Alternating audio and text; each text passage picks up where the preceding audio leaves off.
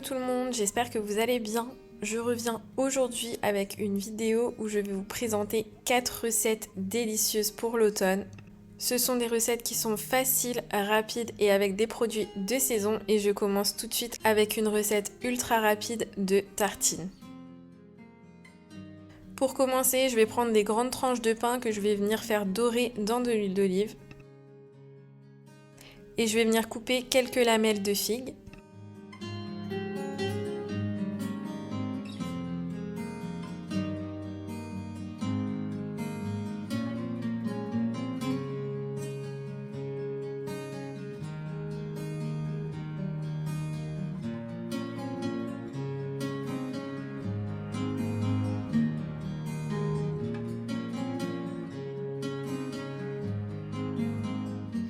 Je viens prendre quelques noisettes émondées que je vais venir concasser.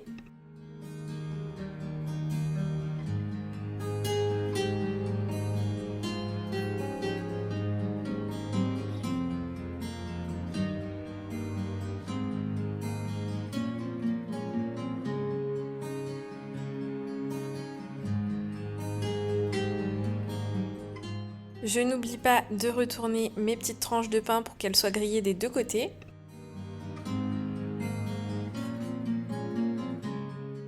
Et pour faire une jolie présentation, je viens mettre un petit peu de salade avec un petit peu de tomate de chaque côté.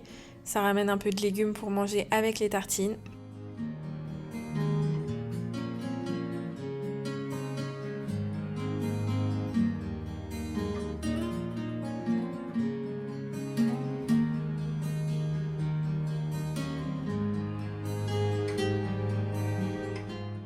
Et je vais venir assaisonner.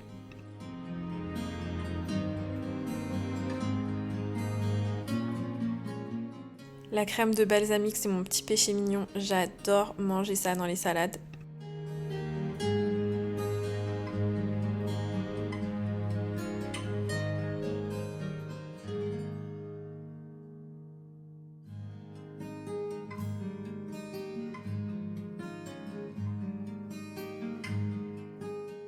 Je viens prendre mes tartines de pain et je vais commencer par mettre du fromage frais de chèvre au-dessus.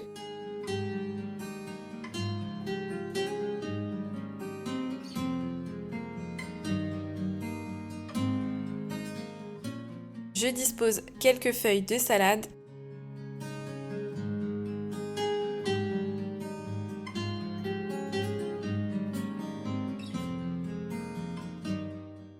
Et je viens mettre mes lamelles de figues. C'est déjà presque terminé. Ça, c'est un repas idéal pour manger sur le pouce le midi.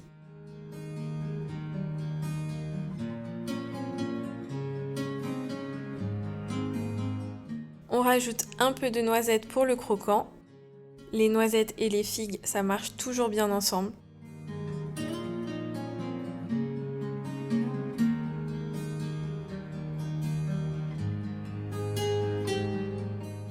Un petit peu de sel au-dessus.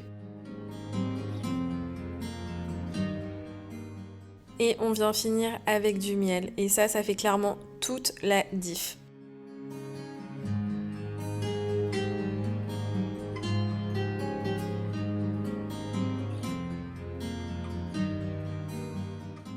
Je viens faire la même chose sur ma seconde tranche de pain. Donc je vous ai mis en accéléré.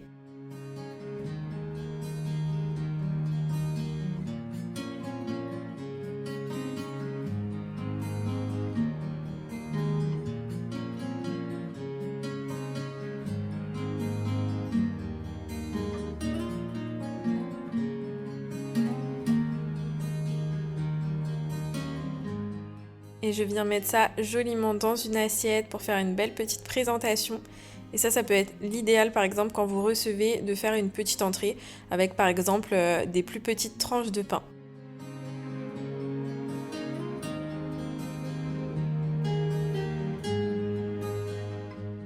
Si comme moi vous aimez le chèvre, les figues, je vous conseille vraiment de tester cette recette.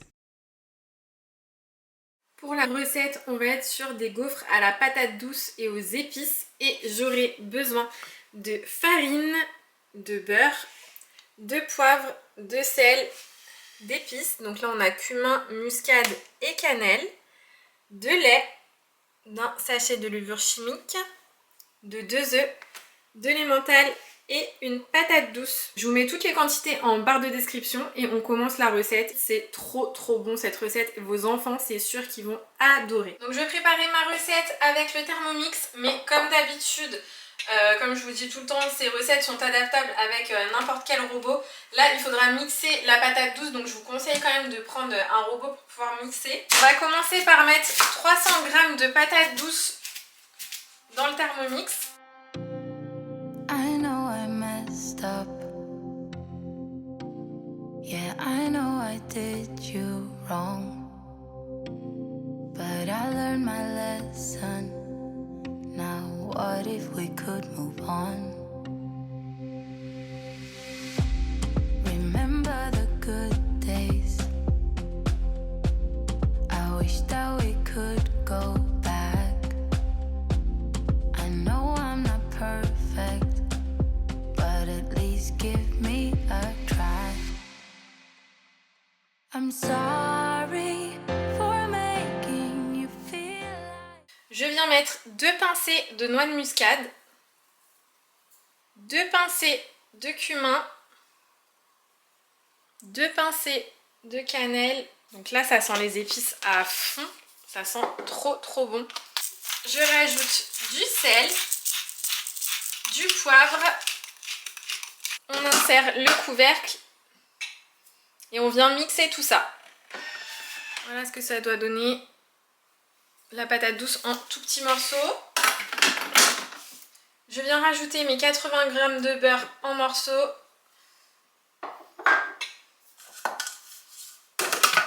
Je remets le couvercle sans le gobelet et je viens faire chauffer, cuire pendant 3 minutes.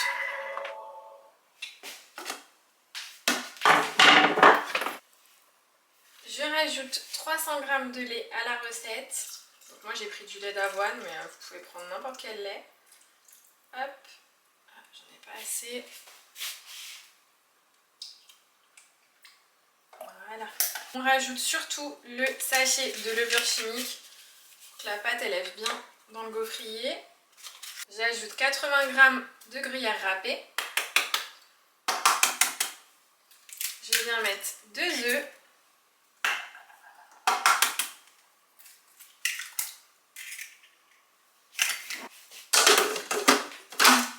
On va venir mélanger le tout pendant 20 secondes.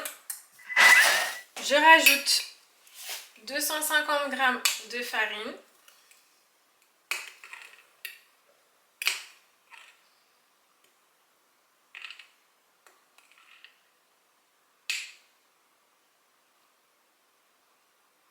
On remixe le tout une dernière fois. Voilà ce que ça donne, la pâte est prête, donc là il n'y a plus qu'à la faire chauffer dans le gaufrier et après ça va vous faire des gaufres excellentes. Vous voyez, moi là je l'ai réservé jusqu'à ce soir. Ça c'est une recette ultra pratique qui va méga vite, qui se prépare en meal prep, en batch cooking. Vous la mettez au frigo et hop vous rentrez chez vous le soir après le boulot, juste à faire chauffer le gaufrier, faire chauffer votre gaufre et après le repas est déjà prêt quoi. Donc ça c'est top. On passe maintenant au montage des gaufres. Moi je vais le faire avec du fromage frais au-dessus et des œufs, mais évidemment il y a une multitude de variantes.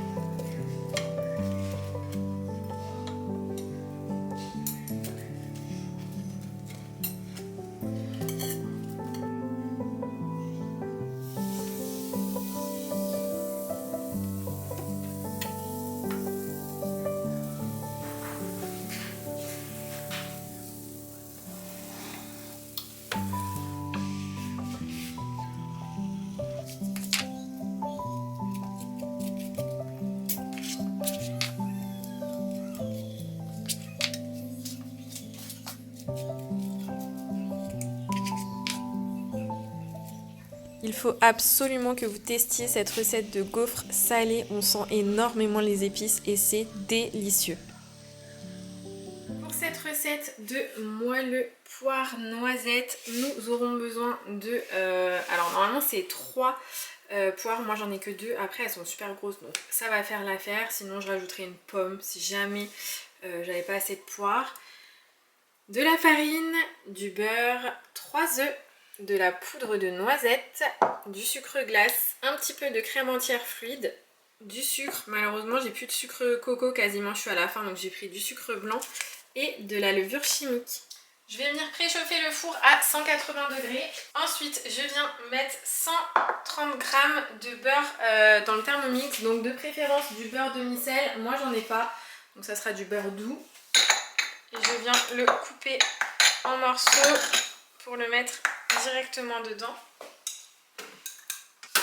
J'insère le couvercle et je vais venir faire fondre le beurre. En attendant, je vais venir couper mes poires. Il faut les couper en lamelles et les épipiner. Et je vais également les éplucher.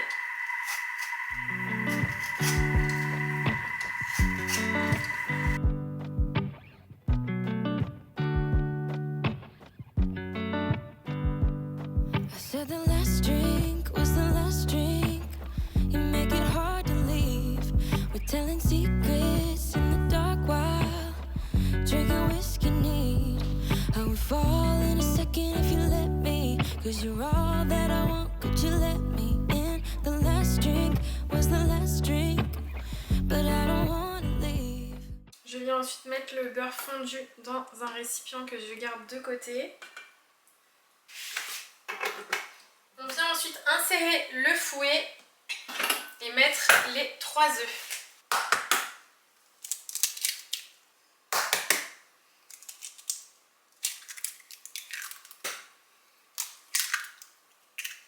Je rajoute mes 110 g de sucre.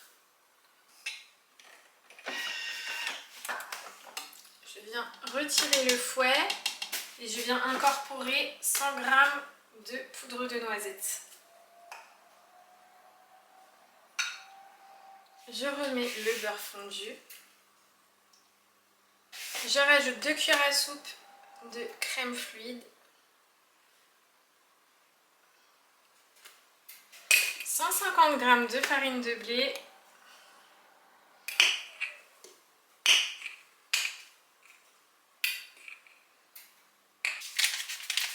Un demi-sachet de levure chimique. Je remets mon couvercle. Et je remets. Je viens beurrer mes moules directement avec, vous savez, là où j'ai mis le beurre fondu. Je prends un petit pinceau et je viens les beurrer. Et moi, je vais les faire en parts unitaires.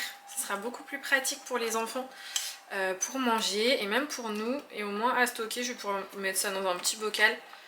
Voilà, ça changera un petit peu d'un gâteau, d'un seul gros gâteau en fait. En tout cas, ça sent vraiment trop bon.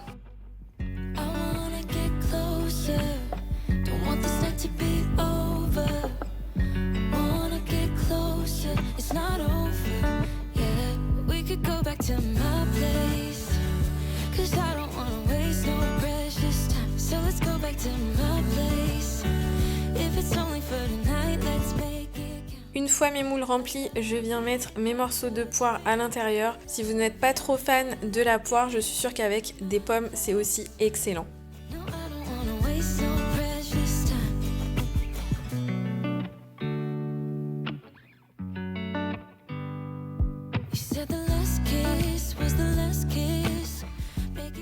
Ensuite, ça part au four à 180 pendant 25 minutes. Moi, je les ai retirés un petit peu avant, vu que c'est des parts unitaires, ça a cuit plus vite. Et voilà le résultat.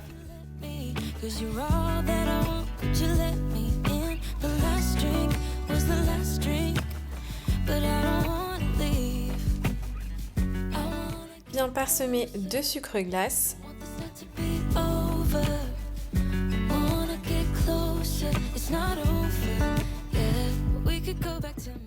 J'en ai mis quelques-uns sur le plat de présentation et le reste je vais ranger dans le bocal. C'est hyper pratique. Préparer des petits goûters en avance.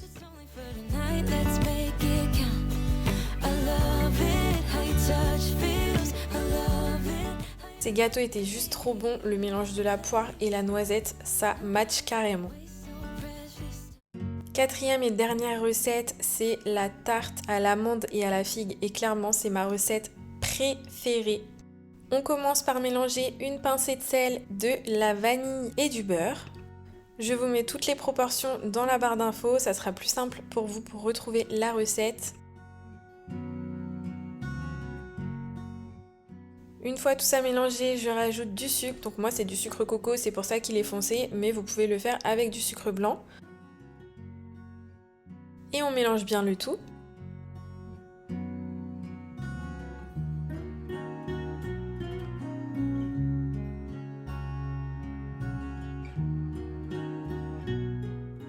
Je rajoute ensuite la poudre d'amande. Je commence par mélanger, mais vu que c'est assez difficile parce que c'est assez compact, je viens rajouter directement mon œuf.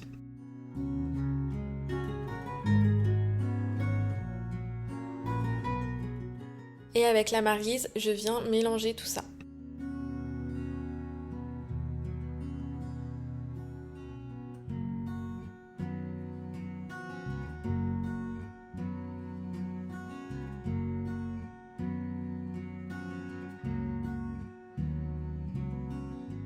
Voilà ce que ça doit donner, une belle pâte bien homogène. Et si comme moi vous adorez par exemple la pâte d'amande, enfin tout ce qui est à base d'amande, vous allez adorer cette recette. Je viens prendre un moule à tarte et j'y mets ma pâte sablée.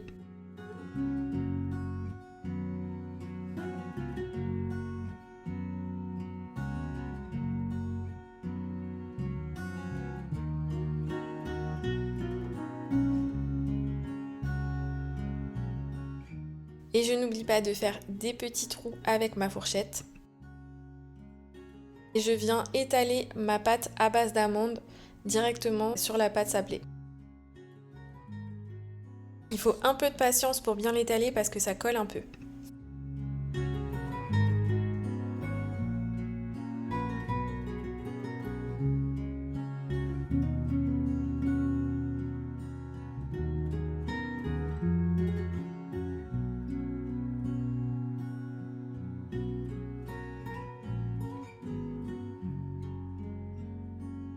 Je viens prendre de la chapelure, alors ça aurait pu être aussi du biscuit écrasé pour venir parsemer au-dessus de la pâte d'amande.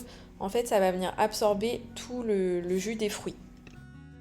Je viens ensuite couper mes figues en lamelles.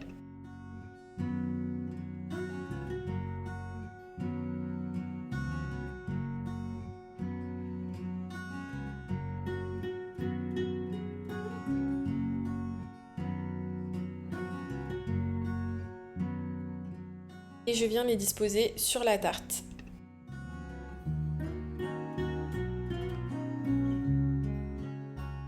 Et là j'étais complètement deg parce qu'en fait j'avais des figues qui étaient plus bonnes, qui étaient un peu moisies. Dans le paquet je me suis rendu compte que j'en avais pas assez pour finir ma tarte, mais plan B, j'ai mis des poires au milieu et je vous assure que c'était délicieux. Donc j'étais un peu dégoûtée sur le coup parce que c'était pas le résultat que je voulais de base, mais finalement c'était super bon. Regardez le résultat, franchement cette tarte, vraiment c'est ma recette préférée de tous les temps. Dès que c'est la période des figues, je la fais et la refais, parce qu'en fait cette période passe tellement vite en plus, je préfère en abuser sur le coup. Et j'espère que cette vidéo vous aura plu, qu'elle vous aura inspiré. N'hésitez pas à vous abonner si vous avez aimé, à liker et à commenter. On se retrouve la semaine prochaine pour la future vidéo. Bye!